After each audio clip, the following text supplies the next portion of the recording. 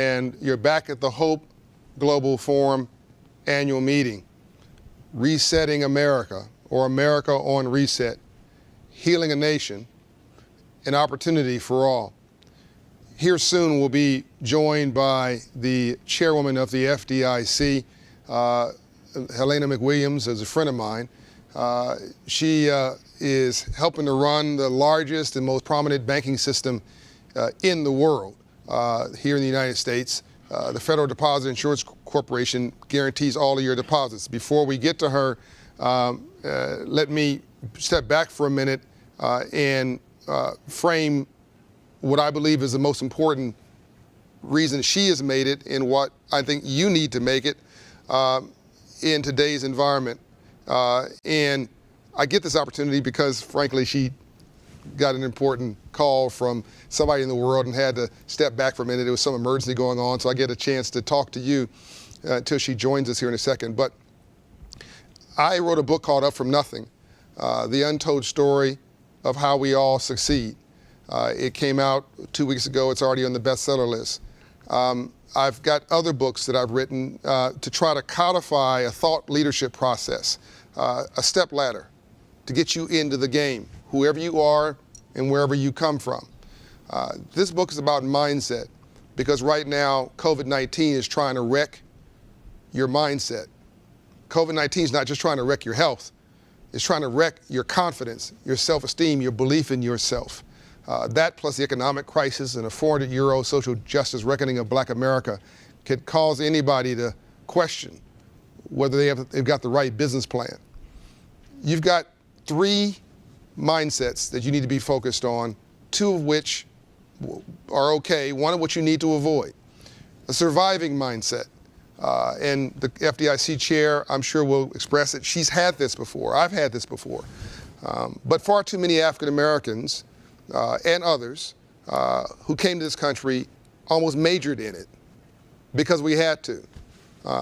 And for way too long, you've had an African American population that has been specializing in ready, fire, aim, trying to defend itself. And so this surviving mindset is an emotional reaction to a set of challenges in front of you. It's a reaction, not a response. You don't get ahead when you're trying to survive and you've got a surviving mentality. You're just treading water. Then you've got a thriving mindset. So the surviving mindset, call that the leading up to the first Reconstruction, up until the Civil War, from 1619 to 1865. Then in 1866, you had this unleashing of potential in this country, of former slaves finding their voice, finally. And you had 100 years of progress maybe in a year. But then they were pushed back again. Lincoln was assassinated. Others took over who did not have an enlightened view of the world. And they were pushed back again. And so we've really been in defense mode, African Americans and poor whites and Native American Indians. But African Americans were the only ones enslaved on this soil. And women, 400 years from that point forward. In the second Reconstruction, you've had in the middle of the 60s. So this has happened every 100 years or so. So now you have Dr. King, my mentor, Ambassador Young, who's co-chairing this meeting.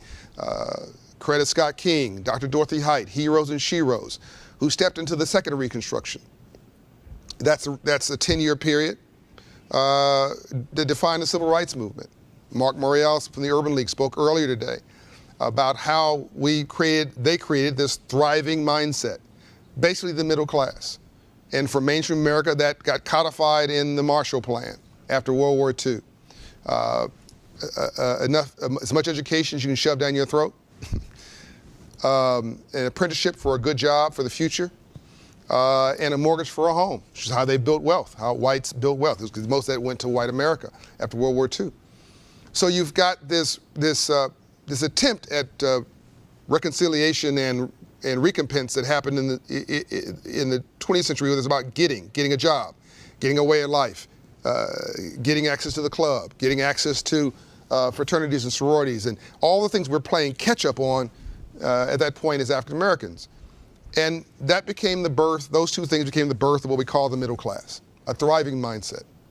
Now that's how you sustain a democracy. It's not how you build. The third mindset is a winning mindset. And that's what we've got to get back now, because winners are builders. Build wealth, build your own self, build income, build opportunity, build prosperity, build the largest daycare network, build, as we'll talk to the FDIC, the most responsive and responsible deposit system for banks, giving people the sense that they can trust the environment that they're in and put their monies really blindly in a bank that they don't know. That's a lot of trust. That winning mindset allows you to have confidence, allows you to lean into the world. It encourages confidence and hopefully inspires self-esteem. But we don't have enough of that. We don't have enough winners. We don't have enough builders. And we've got too many people, black and white, who today feel like they're in the surviving category. And you cannot have a surviving category with half of this country who are high school educated, who don't feel they have a stake in what's coming for them that's prosperous and aspirational, and expect for you to have success with widening income and wealth inequality. It's just not a winning business plan. But America is a winning country, and we need to get our mojo back. And that's what I wrote about in the new Marshall Plan. That's been my life experience. And then you've got to decide what your role is. And then you've got to decide to give every American what I call the 5 pillars of success. And those pillars include as much education as you can shove down your throat. If you do these 5 things, I guarantee you, even with discrimination, bias, racism, inequality, sexism, whatever you're dealing with, you can level the playing field in your life. As much education as you can shove down your throat. You'll never get enough of it. The math, understanding financial literacy, what I call the math. How does free enterprise, capitalism, economics, ownership, how does it work? Entrepreneurship. What does it mean to be a business owner? Being a business owner is different. Business is different from busyness. What is a balance sheet? Is wealth different from getting rich? Yes, it is. Is wealth getting paid? Different? Yes, it is. So who taught you that? So we have to do that at scale. So once again, the 5 pillars. As much education as you can shove down your throat. Understanding the math, financial literacy. Family structure and resiliency. That's number 3. Number 4, self-esteem and confidence. I love this because I'm doing this like off the cuff. I'm just riffing, and it's beautiful. It's so natural and it's so organic, which shows you that you can do it too. Self-esteem is different from confidence. Confidence is your competence that makes you confident. So if you're competent in something and you lean into that competence in the world, it'll give you confidence. But that's different from having self-esteem. Self-esteem is how you love yourself. Do you love yourself? If I don't like me, I'm not going to like you. If I don't feel good about me, I'm not going to feel good about you. If I don't respect me, how could I possibly respect you? If I don't love me, I don't have a clue how to love you. And here's a big one. If I don't have a purpose in my life, I'm going to make your life a living hell. Whatever goes around, comes around.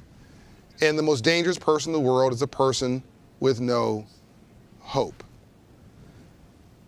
That leads to the 5th piece, role models. You model what you see. If you hang around 9 broke people, you'll be the 10th. Whatever you hang around, you will be. These are the 5 pillars of success. And before I go, I'm getting into this now. I want to make sure I'm not holding up my friend, the FDIC chair. So you guys tell me when she's ready. I'm really having a great time breaking this down. Let me now talk about the 3 groups that didn't make it, or 3 groups that didn't make it, and 3 groups that did, and so that you understand this is not just about race. Race is really important. It's not just about race. So you've had three groups. I'm just going to pick it randomly. If black was the only impediment, and it's really tough when people discriminate against you based on race, then we would not have had Caribbean blacks. You would not have had my friend FDIC chair is joining us now. You would not have Caribbean blacks who've made it, Nigerian blacks that have made it, Ethiopian blacks that have made it, Indians from India, my Jewish friends. If it was just race and religion, if those were non-stoppers, and then of course you've had African Americans, Native American Indians, and poor whites that didn't make it at scale. So there's something else going on, and it just so happens that my friend who's now joining us, the FDIC chair, the chairman of the Federal Deposit Insurance Corporation, Jelena McWilliams, actually is a composition of an immigrant group from, I believe, Eastern Europe, who came here with nothing, who had enough of those 5 pillars of success that she did make it. And I want to talk about not just what she does and what the FDIC does, but I want to talk about her as a person, because I think that her story is important for those who believe they can succeed in this crazy world we're living in today, but don't know how and maybe lacking confidence. Ladies and gentlemen, my friend, FDIC Chair, Jelena McWilliams. Hello, John. It's wonderful to be here. I'm sorry I'm a little bit tardy, but I think you have a future with improv or something else. Well, luckily, I'm just being me. It's just authentic, so I don't have to read cue cards. It gave me a chance to frame out for anybody thinking that they're seeing all these big names and this and that. How do I possibly become successful? And I'm trying to create this ladder where people can figure out where on that ladder they step into it. Now, if you have 5 of those things I mentioned, you're going to be immensely successful. If you have less than 3 of those things I mentioned, then success is possible, but it's going to be extremely tough.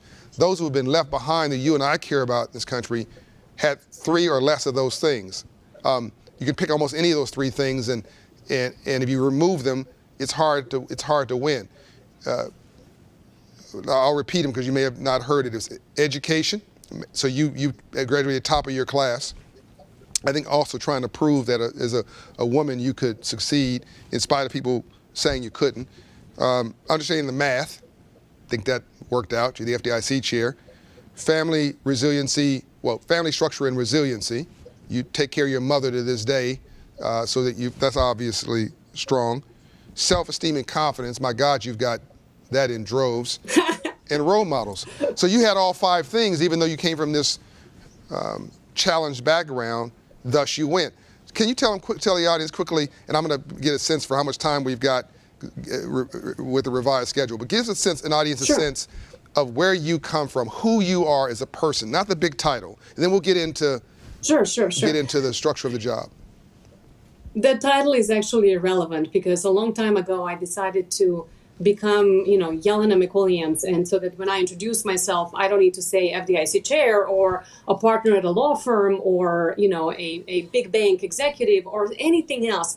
I decided that I'm going to create a path for myself where I stand behind my name. And so briefly, I came from former Yugoslavia in 1991 with $500. I was an exchange student for 1 year when 2 really bad things happened. My former country erupted in a civil war. And the airline I came on went bankrupt. It was Pan Am. So I had no ticket to go back home, and I had no country to return to. And so, but even before that, when I first came to the United States, I came with an idea that you can come here, you can work hard, and you can, movies sell you this story about, you can succeed, you just work hard. And I was certainly willing to work hard. And now when I reflect back upon the last 29 years, and what led me from $500 in my pocket that my parents had to borrow, frankly, and then pay back manifold because the hyperinflation hit with the wars and economic sanctions. But what happened is that education was everything. So I would say that in my experience, John, when you talk about your pillars, probably 2 of the most important pillars for me have been education and that level of self-confidence. And so what I believed back then was that I can come to the United States and succeed. Whatever success may look like in the long run, I'm going to succeed. And failing was not an option. So I was hungry. I worked a series of minimum wage jobs where they were paying $4.25, really $3.50, $3.40 after tax. I cleaned houses. I worked closing shift at Blockbuster. I sold knives door to door. I sold cars. I did a number of things that, at some point I should write a book about. You should. And really, what I never lost sight of is that I must get educated in the United States. And what helped me, frankly, was coming from a system where education was highly valued. Not my parents did not have an opportunity to have education. So my mom was born in 1941, and if you know history, 1941, she literally was born 2 weeks before Germans carpet bombed the country. Yeah. So educating girls was not a priority. She was just lucky she was alive. My father was born in 1925 in a very small village in Montenegro. And so he was both of them were pulled out of school. My mom has an equivalent of a second or third grade education, and my father has about a fifth grade education. And these two people who were very humble, very hardworking, exceptionally stoic, stressed that education was my path forward and my path up. And we had no connections. We had no money really to buy influence. And so there was only education. And so I had to be the best. Not being the best was not an option. Yeah. And when you talk about role models, my biggest role model has been, in all honesty, myself. I never competed against anybody else. I competed against myself. Asking, did you do the best you could? And I have been my own worst critic and my own worst judge, saying you could have done that better. And so as I looked at kind of who I want to be, I didn't want to be somebody else. I didn't want to be like somebody else. I wanted to be my best self. And my best self, that standard was pretty high. And so I would say that, as you look at your pillars, education was probably one of the biggest things that propelled me in the United States, because I came with nothing and, again, held a series of minimum wage jobs. I drove 80 miles each way to go to school to Berkeley, UC Berkeley. I lived in Stockton, California, so 160-mile round trip every single day when I had classes, and I graduated with highest honors. Went on to law school. I realized in the United States, if you can, you should go to a graduate school for a professional degree, preferable. And from there on, I just picked career choices that, even when they included pay cuts, they led me to become my best self. And really, every career choice I had wasn't about money. And I always joke to people, you shouldn't ask me about money advice. Which is strange for the FDIC chairman to say, as far as career is concerned. But I always picked a job. I would ask myself, is this extraordinary? Does this bring you closer to having an extraordinary life and being your best self? And really, that's how, in short, I became the FDIC chairman. I want to talk in a minute about what you're doing specifically around financial inclusion and belonging, and then black banks and the initiatives you've got there, some of which I think are very, very innovative and interesting, and people may not know about. And you also have an advisory board there around community inclusion. But before I get to that, I want to back up. Ambassador Young, who is co-chairing this meeting with us, early in his life, he questioned himself, like you and I question ourselves. And you and I are very similar in the sense that we knew we had to be the best. Otherwise, we would not get a seat at the table. No one was going to expand the table and add a seat for us. We had to earn our place. And so I never wanted a but after my name when I left the room. Oh, we respect John Bryant, but. Oh, we admire John Bryant, but. Oh, we would invest with John Bryant, but. I want to remove the buts. I know that you believe that as well. But I didn't know, I didn't know what my purpose was early on, or my value. Ambassador Young has this story, and he was a young man questioning who he should be. He went for a long run. He was in ministry. And he ran to the top of the hill. He was exhausted. And he had to catch his breath, Chair McWilliams. As he caught his breath, he looked around him. And he saw that the trees had a purpose. The clouds had a purpose. The birds had a purpose. Even the dirt underneath his feet and the rocks had a purpose. If all that had a purpose, if God gave all of that a purpose, then surely he had a purpose too. The lights came on. He became his own role model, to your point. And the rest, as they say, is history. He's changed the world, and he's still changing the world. But he had to become his own best advocate in that regard. He became a winner. A winner knew they were a winner before they ever won anything. What was that moment when the light came on for you, where you gained your purpose and your passion? And are you living that now? And then let's go right into the inclusion piece. Yes, and I would say I am living my best life. Every day I look up and I say thank you. And it's remarkable how harder you work, luckier you get. I would say that moment for me came when I was here. The wars were ravaging back my former homeland, and my parents barely could survive. And I was making so little money that I had $25 left a month every month for food. And this was 92, 93. And I'll tell you this, at one point, I remember being both hungry. No, stop. Did you say 1992? Yes. And you had how much? $25 a month for food. I want everybody to listen to this. Listen now. The chairwoman of the FDIC, the largest and most prestigious banking system in the world. How many deposits? And how much in deposits? Well, depends. Right now, it's pretty high, about 13 trillion, yes. $13 trillion, who is at the height of her career, didn't have 20 bucks in 1992. And she's done this because she believed. Go ahead, continue. So I remember being exhausted, being just physically broken from trying to make it to 3 jobs and go to school and doing all of this driving, et cetera, and trying to maintain, the best grades, 4.0, et cetera. And I just remember laying in bed one morning, just my body aching from physical exhaustion and knowing that I have like 3 things in the fridge. And I said, by God's will, you're not going to fail.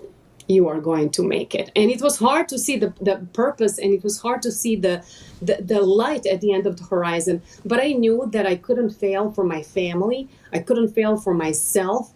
I just couldn't fail. Failure was just absolutely not an option. And it was that moment, frankly, that if that didn't break me, nothing will. When you're that, you mentioned about nobody creating a seat at the table for you. I remember not having, people going for Thanksgiving to their family or friends' homes, and I had nowhere to go. And just being kind of that alone, I say when you hit the rock bottom, there's only one way, it's up. And I promised myself it's going to be as high as I can soar. You and Sheila Bair, and I believe we're talking about now a Republican and a Democratic administration, if I got it right, are 2 of my favorite FDIC chairs. And I think you'll go down as one of the best in the history of the FDIC, and certainly one of the most decent people to ever hold that seat. What are you doing right now to infuse that decency and your story into reaching back into those left behind, specifically given your mission? I mean, you can cover the Black Banks Initiative. Let's get into it. Yeah. So one of the things I have, frankly, imparted my personal experience onto the agency. And when I took the job, I realized you can kind of fit what the job, expects you to fit and be kind of the reserved regulator who doesn't, put her emotions out there, or you can basically make the job fit you. And I chose to make the job fit me. And so I have been a little bit more open than I would say prior regulators have been about the personal story, the life story. And the reason that I'm telling this story is not because, I'm boasting about my successes. No. I believe that if I could have come here with $500 and 20-something years later, I could have become the FDIC chairman, anybody in America should be able to have that opportunity. So when not everybody in America has that opportunity, we have an imbalance in the system. And so we have focused on how to create an inclusive banking system and bringing more people into the banking fold, because for me personally, being able to get my first credit card was a big story and a big success. And I recently gave a speech at the University of Chicago Law School where I said, once I got that credit card, even though it was a secured credit card, if my accent made me stand out in the checkout, food checkout, grocery checkout line, my purchase did not. I looked like everybody else and kind of allowed me to fit in a little bit more. And then over time, as I got different financial products, I became fully invested in the system, not just in me, but me a part of this system. And I want America to succeed because it's good. I mean, we should all want America to succeed. And so when I talked to Ambassador Young, who I'm a huge fan of, I basically said, I became a shareholder in the United States of America, and I want others to become shareholders in the United States of America. I want everybody to own a piece of America and believe that you can do so much and in this American dream. And so we're working with banks to make sure that this inclusive system can exist. We're trying to create opportunities for people who are unbanked and underbanked to become a part of the banking system. We're focusing heavily on financial education. And frankly, we're trying to do a number of things with minority depository institutions who are serving low and moderate income communities, whether communities of color or immigrant communities that are still trying to kind of be a part of the system, whether by recently arriving to the United States in the case of immigrants, and in the case of a lot of the minority communities, just making sure that the system works for them. So we have, I would say, we have done a number of initiatives. You can find them on our website for minority depository institutions. But I would say a couple of the biggest ones that we have been able to claim some success from have been, we created one, I call it speed dating, because this is not your grandmother's FDIC. So we put big banks and small banks, MDIs, around the table, and we said, come on, let's see if there's a match made in heaven here, or at least at the FDIC. And we decided to see if there's a partnership opportunity where some of these larger banks that are non-MDIs can either provide equity support, other capital support, or technological support or expertise to the MDIs. And then I would say that the one that's hopefully going to be even bigger is we created a fund. We're in the process of creating a fund where we would be able to leverage the amount of money in the fund to help the MDIs and to make smart investments with the MDIs. And so far, we have been able to secure, which I'm very grateful, $100 million commitment from Microsoft, and we're looking for others. So any takers here will take your money, and we'll work with that to put it in the fund and make sure that money goes to good causes. Because when you think about it, every dollar you put in an MDI bank, minority bank, is going to be leveraged many-fold and go into the low and moderate income communities and communities of color. So we need to make a lasting impact. So on one hand, we're removing structural obstacles through our regulatory reforms on how banks are helping these communities. And on the other one, we need to focus on, getting more capital into these communities. And I would say the third prong of that would be that we need to understand that technological innovation is not a thing. So as a regulator, you're universe. You don't careful about introducing the system with the kind of a be-minded traditional on the regulation, because technology is a great equalizer, and we can use technology to reach people who don't have traditional underwriting scores, who don't have additional traditional credit scores.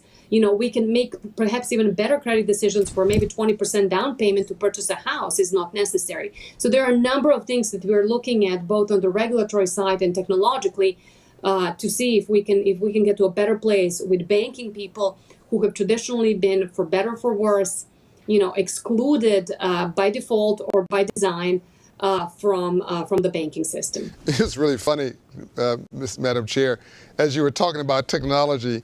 Your internet service froze for about 10 seconds. It didn't freeze, but it staggered. So while you were talking about technology, somebody was messing with you on technology, and you walked right past it because you're a winner.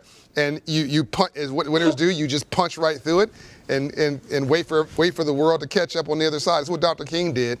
Is he basically said that the arc of justice is long, but it bends towards freedom, or something like that. But he was basically waiting for it to show up. He didn't change who he was.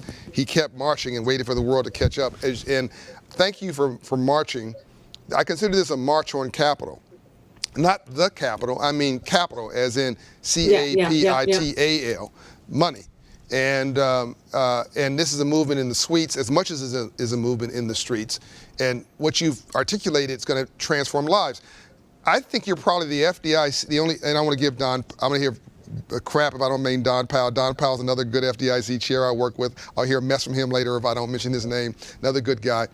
But I think that this thing you're doing with Microsoft, I don't know of another FDIC chair that's ever done anything with a non-bank. Here you are taking $100 million from a technology company, basically, and bringing it into the system to try to infuse, to give a software upgrade to black and minority depository institutions. That's innovative thinking. We want more of that. So I'll have to tell you, so it's MDIs and CDFIs, Community Development Financial Institutions. And frankly, what we did was I told, can you hear me? Is that I can, yeah, got you. We got you. Okay, good, good. And what I told I'm going to get in trouble with my lawyers now, but when I've been thinking about these issues, I basically said to our lawyers internally, I said, we need to think outside of the box. We need to create something that hasn't been done before, because what's been done before has obviously not worked enough to get us in a place where we need to be with these institutions. So we need a big change. We don't need a minor change massaging the edges of the framework. And I said, so I want you to create like a FDIC Shark Tank. And they cringed. They were like, oh, that's a copyright infringement. And I said, I don't care. Go think outside of the box and create something extraordinary. And so they came back, looking at our statutory authorities to think about what can be done. And that's really how the idea was created. Let's create a type of a Shark Tank. And I would like to thank the producers of Shark Tank for wonderful ideas. We're not going to call it Shark Tank, but really the idea is to put the investors who have benevolent purpose behind the investment with communities through these MDIs and CDFIs that could use the money. And so that's how the concept came about. I don't think you have to worry about Shark Tank suing the FDIC. I think you're in good shape. I'll be with Kevin. I wouldn't mind if Shark Tank guys wanted to invest some money in the fund, so I'll make that call as well. Well, I'll be with Kevin O'Leary from Shark Tank next week. I'll mention it to him. Listen, thank you. We're out of time, unfortunately. I could talk to you all day. You are an inspiration. The thing that, if we drop the mic here and people have to remember something from this session, because people don't remember what you say to them, they remember how you made them feel. A couple of things I want people to reflect on. She came in with $500. People didn't expect much from her. They really had low expectations. She was a woman, so we had sexism and all kind of things, basically saying, go do something not serious, if you will. She overcame all of that, went around it, went through it, went over it, went around it, punched through it, and demanded a seat at the table to be expanded, the table expanded and a seat added, so that she could add, not out of some sense of charity, but because she could add value. And she, 28 years ago, had $20 in her pocket, and look at her now. For food. And I'll tell you, John, I will just add this. I think it's important for the people here to understand that you will encounter obstacles along the way that are serious, that are real. I remember early on when I was selling cars, one of the car salesmen who's been there for 35 years pulled me to the side and saying, if you don't lose that accent of yours, you're not going to succeed in America or make it in America. And I said, oh, well, I don't know how I lose my accent, but thanks. You just have to believe in yourself. And then along the way, you have to give yourself the tools to execute on that belief. And that's really where education and some of the influence that you can kind of get from others and leverage it comes in. So thank you for this, and thank you for a wonderful opportunity to engage with you again. I miss seeing you in person, and I hear wonderful things coming out from Hope Global Forum. And next time, I hope we can do this in person. I agree, and we're over time, but I'll leave you with this last thought. It aligns with your story. Dr. King got a C grade, it was a C+ in public speaking from Crozier Seminary. And they told him, if you don't never stop talking like that, Dr. King, you won't amount to anything. I think he did okay, and you did too. So everybody continue to be yourself. Thank you for that story.